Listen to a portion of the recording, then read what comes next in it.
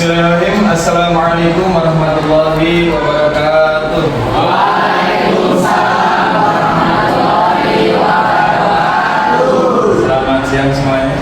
Siang. Apa kabar hari ini? Alhamdulillah luar biasa. Allahu Akbar. Tetap semangat. Lupa jawabannya sih enggak? Tetap semangat. Masih semangat. Luar biasa. Allahu Akbar. Oke, kalau katanya masih semangat, tetap semangat, luar biasa. Allahu Akbar. Masih semangat? Masih semangat. Tetap semangat. Luar biasa. Allahu Akbar. Oke, alhamdulillahirabbil alamin wa bihi nasta'inu ala umuri dunya waddin. Wassalatu wassalamu ala asrofil anbiya'i wal mursalin wa ala alihi wa sahbihi ajma'in. Amma ba'du. Teman-teman, hari ini sebelum kita memulai pembelajaran, alangkah baiknya kita berdoa terlebih dahulu agar pembelajaran hari ini kita diberkahi oleh Allah Subhanahu wa taala. Amin. Untuk berdoa silahkan dipimpin oleh KM Dani. Sebelum belajar, sebaiknya kita berdoa supaya kita masing-masing berdoa dalam hati baik.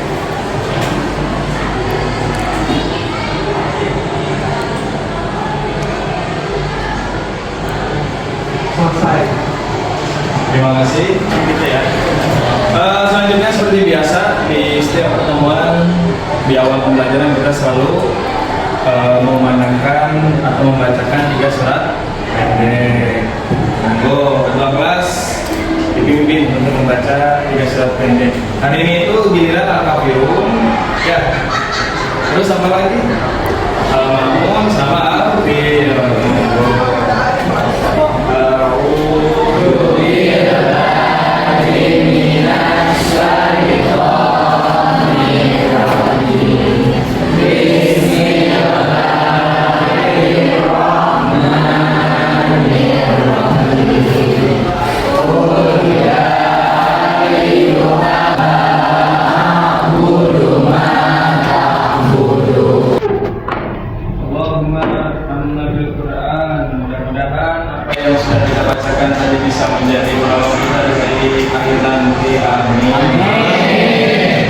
Selanjutnya kita nyanyikan dulu lagu Indonesia Raya bersama-sama sebagai bentuk jiwa nasionalisme kita. Ya, karena kita ini penerus pelajar-pelajar Indonesia yang memiliki jiwa nasionalisme. Silakan semuanya untuk berdiri sejenak.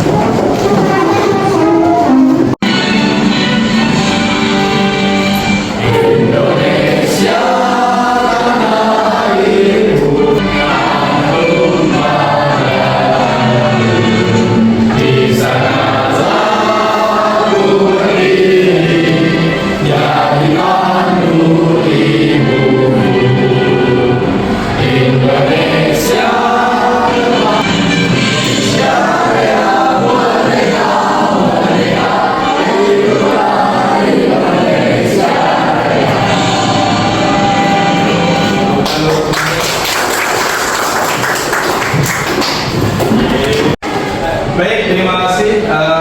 Tadi kita sudah menyanyikan lagu Indonesia Raya bersama-sama. Mudah-mudahan itu bisa meningkatkan jiwa nasionalisme kita ya. Baik, selanjutnya kita cek harian dulu ya. Sebelum Bapak cek harian, kalau ngecek dulu sampahnya ada nggak? Kalau ada, tolong dibawa dulu ya, agar pembelajaran bisa berjalan dengan cepat tanpa adanya sampah. Baik, kalau ada bersih kita cek harian ya. Antika yang kemarin pesakinya di Raja ya? Ya. Oh iya, terima kasih.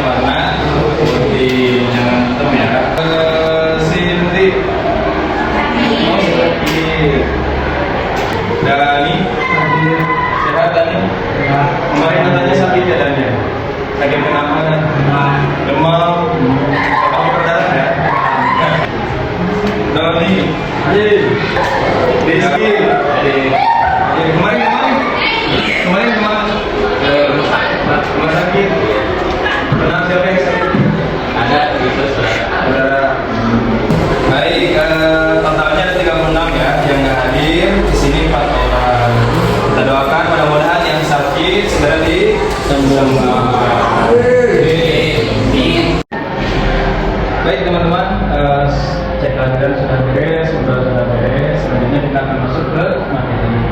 Cuma sebelum itu, apa akan review dulu pembelajaran di minggu kemarin? Masih ingat nggak? Masih. Tentang etos kerja. Etos kerja ya. Ada yang masih ingat etos kerja itu apa? Aku udah lupa. Kenapa kok bisa lupa? Kemarin karena ada libur ya. Jadi nggak belajar. Emang liburan kemana? Di rumah aja. Bantuin orang tua. Iya. Bantuin ya. Saya saudara-saudara. Di pertemuan kali ini kita akan mempelajari tentang ketentuan pernikahan dalam Islam dengan menggunakan pendekatan TPACK atau lebih ke berbau tentang teknologi. Jadi nanti teman-teman di pembelajaran kali ini akan dituntut untuk lebih mendalami lagi keahlian kalian dalam menggunakan teknologi. Banyak ya, seperti halnya Canva, YouTube, TikTok.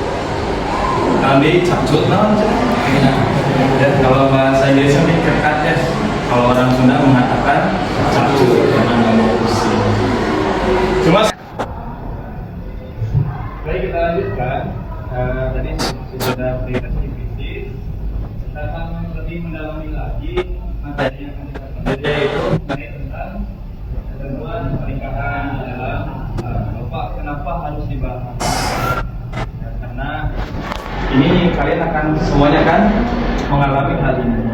Kalau yang dapat jodoh, tapi mudah-mudahan semuanya mendapatkan jodoh. Amin. Amin. Ya, soalnya ada yang belum dapat rezekinya, dapat jodoh di dunia, akhirnya dapat jodohnya di akhirat. Mau di dunia apa di akhirat? Mau di dunia. Kenapa mau di dunia? Karena menurut Islam pernikahan itu adalah bagian daripada menyempurnakan kehidupan. Karena kalau teman-teman nggak nikah ya, itu seolah-olah kalau kata agama Islam itu hidupnya sudah sempurna. Karena ada satu hal yang tidak bisa dilakukannya, yaitu memiliki keturunan. Karena tujuan menikah menurut Islam yaitu menghasilkan keturunan. Gitu ya. Kok bisa Pak? Loh iya, kita emang selamanya kan hidup. Enggak ya, karena kita akan mengalami yang namanya mati. Belum nafsin dha'iqatul. Setiap yang bernyawa pasti akan. Maka kami mulai ke materi baru, akan melakukan tes yang akan dilakukan melalui aplikasi bisnis. Untuk linknya udah Bapak kirim dulu. Silakan teman-teman akses di di link tersebut. Nanti ada kode di sana. Nanti tinggal ketik join. Nanti isi di dalam aplikasi puisiku. Nanti ada nilainya muncul langsung di Bapak ya. Silakan diakses. Ada nggak linknya? Ada. Pertemuan kali ini untuk bersingkat waktu, Bapak akan membagi teman-teman menjadi 5 kelompok.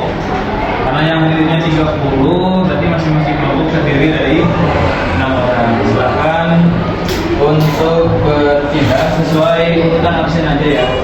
Dibagi 5 kelompok. Silakan untuk berpindah. Gak usah berisik, tinggal pindah sendiri.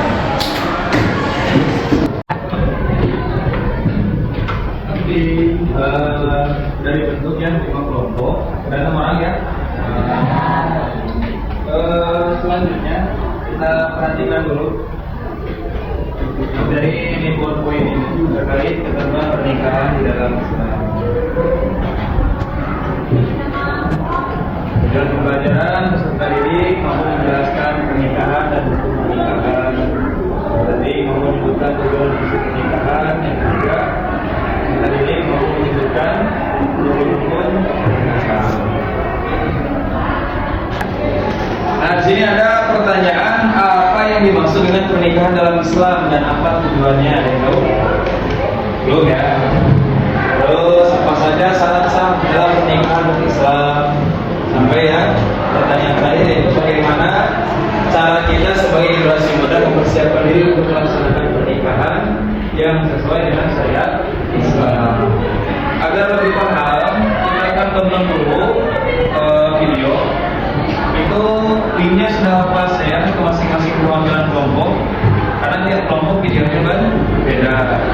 Nanti di kelompok pertama silakan untuk menganalisis hukum pernikahan. Jadi hukum pernikahan itu apa aja. Di kelompok kedua nanti silakan analisis tujuan dan juga fungsi pernikahan.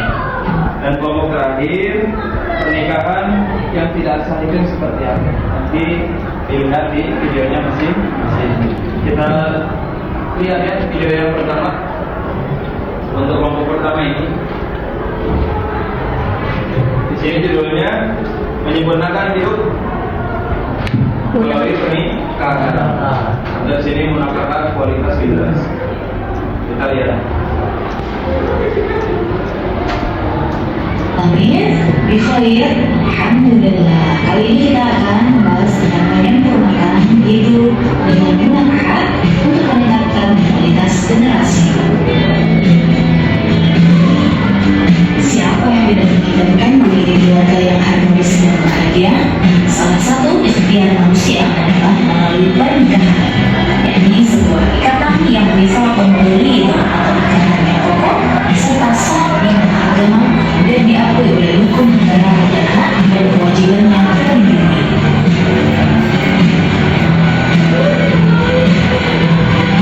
Salah satu dari pernikahan adalah surat An-Nur yang Tadi udah ya kelompok 1, 2, 3, 4. Sekarang video yang terakhir untuk kelompok 5. Kita lihat tadi.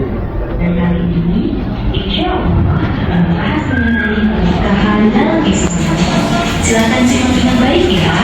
Yang perlu kalian catat poin-poin pentingnya.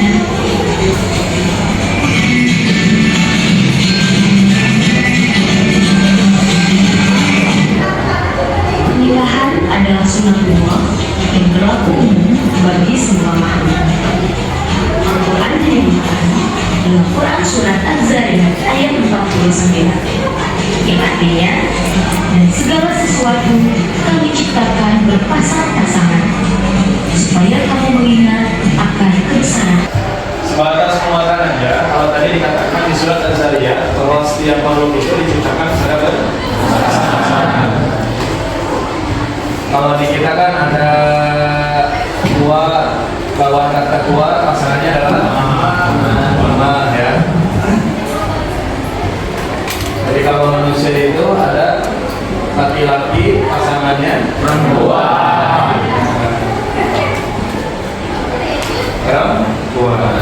Jadi pasangan laki-laki itu perempuan dan pasangan perempuan adalah laki. Maka tidak dianjurkan ataupun haram hukumnya di agama Islam ketika seorang laki-laki menyukai laki-laki.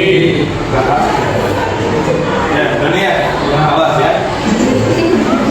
Dan jika perempuan diharapkan untuk mencintai lagi perempuan atau biasa kita disebut dengan ya, kelakuan laki-laki suka laki-laki, perempuan suka perempuan. Itu tidak boleh. Di Islam itu bayangkan kalau laki-laki sama laki-laki gimana? Ya. Alhamdulillah, alhamdulillah ini. Ya itu ya penjelasannya tadi panjang kali lebar. Itu mengenai hukum mahram atau pernikahan yang melanggar syariat. Yang melanggar syariat yang tadi laki-laki dengan laki-laki, perempuan dan perempuan. Lalu kerelaan kedua mempelai, tidak ada paksaan dalam pernikahan. Kedua, pernikahan harus didasarkan atas persetujuan dari kedua belah pihak. Lalu ada wali. Pernikahan wanita harus diwakili oleh wali nasabnya, ayah kandung atau wali lain yang sah. Lalu ada mahar atau mas kawin. Mahar merupakan pemberian wajib dari pihak mempelai pria kepada mempelai wanita sesuai dengan kemampuan. Lalu yang kelima, tidak ada penghalang syar'i, tidak sedang atau tidak melanggar hukum haram nikah seperti menikahi wanita yang masih mahram. yang masih mahrum. Ya lagi. Bisa jadi di DP wanita yang masih mahrum itu yang masih memiliki suami, cuman dan perkawinan masih jenis nan pemajikan batur dikawin orang temenan kenalan. Kenapa gak boleh? Nanti bingung anaknya anak.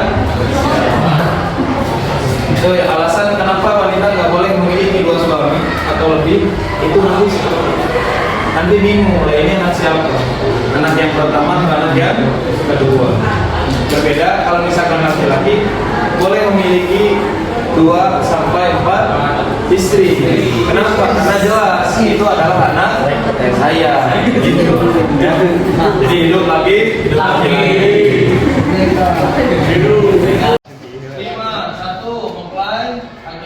kedua, mempelai wanita ketiga, keempat, kelima, kabul.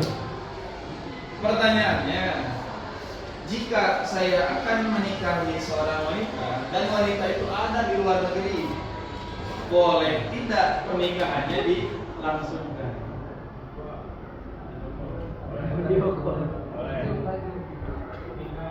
Hah? Boleh nggak? Boleh. Katakan boleh. Pertanyaannya, si wanita itu ada di Hong Kong, kita di Indonesia, boleh nggak dinikahi?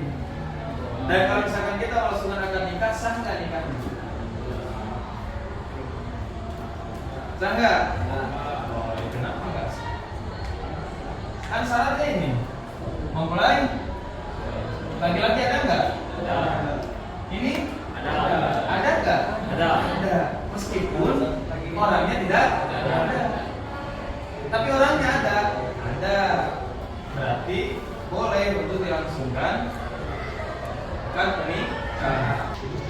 Kalau di ijab kabul ini pernyataan dari wali atau pihak yang mewakili seperti saya nikahkan kamu dengan anak saya, maka tidak akan terjadi jual beli.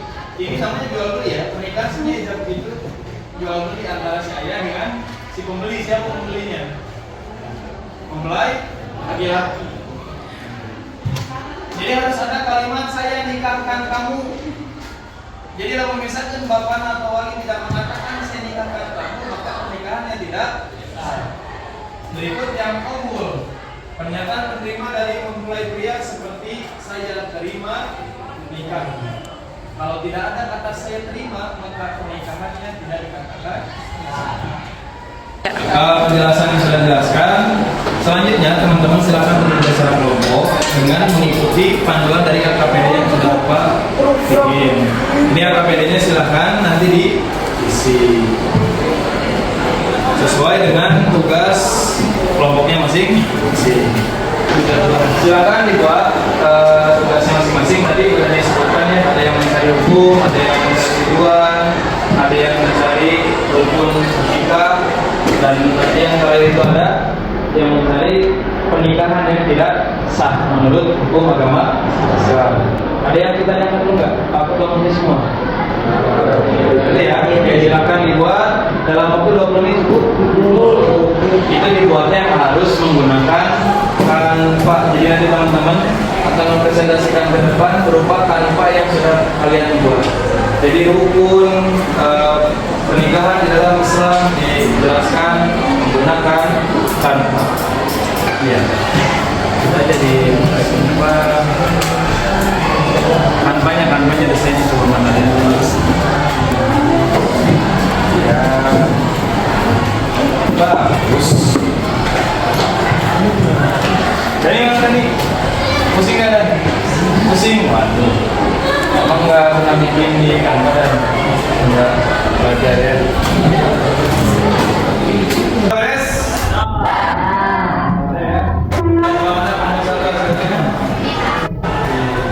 Desainnya kirim ke grup ya. Biar nanti apa tampilkan di ini apa wilayah.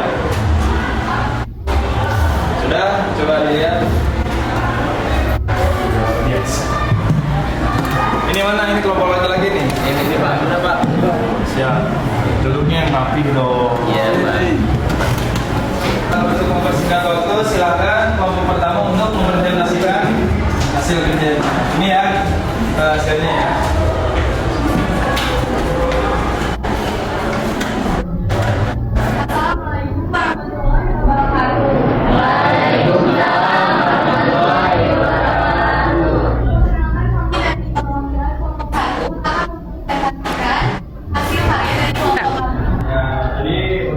Pembelajaran yang cukup suntuk ya, karena bikin karya, bikin mesin juga itu pusing. Sebelum Bapak akhiri pembelajaran kali ini dan juga kita simpulkan pembelajaran ini, apa ada satu permainan atau bukan permainan dari SDG biar teman-teman tahu. Nanti kita ada permainan namanya permainan sepatu kuda. Silakan teman-teman berdiri, kita senam terus senam sepatu kuda. Nanti gerakannya seperti ini, ikuti dulu ya. 1, 2, 3, 4, 5, 6, 7, 8. Nanti adalah hari Minggu ku turut ayah ke kota.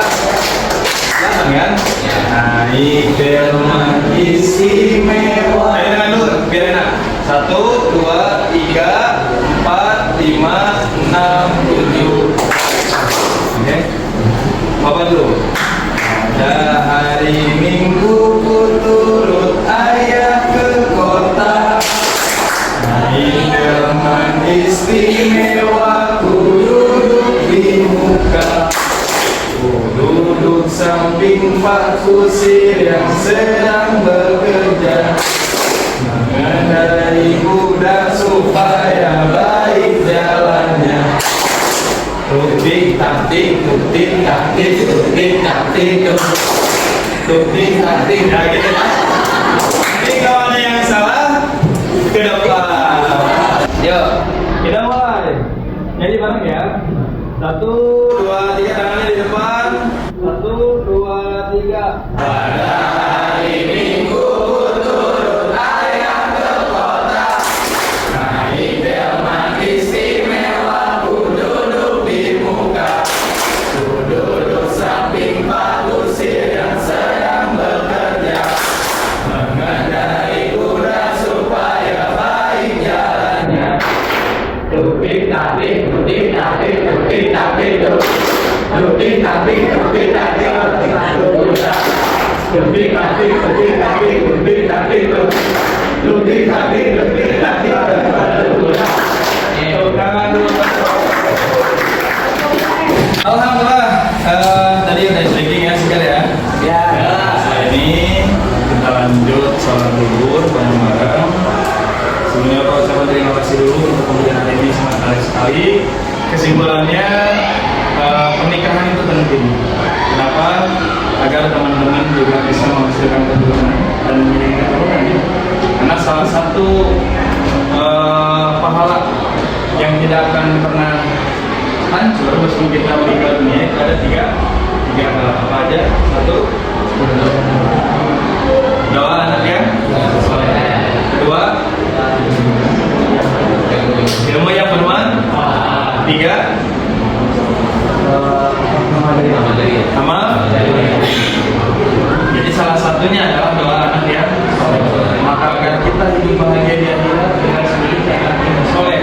Untuk menghasilkan anak yang soleh, kita harus melakukan pernikahan yang sesuai dengan syariat agama kita masing-masing. Yang Islam ikuti apa yang diajarkan oleh Islam, yang non-Islam ikuti apa yang diajarkan oleh non-Islam. Ya, terima kasih atas perhatiannya ini. Nanti untuk kuis terakhir Bapak akan kirim linknya, nanti boleh diisi oleh teman-teman di rumah.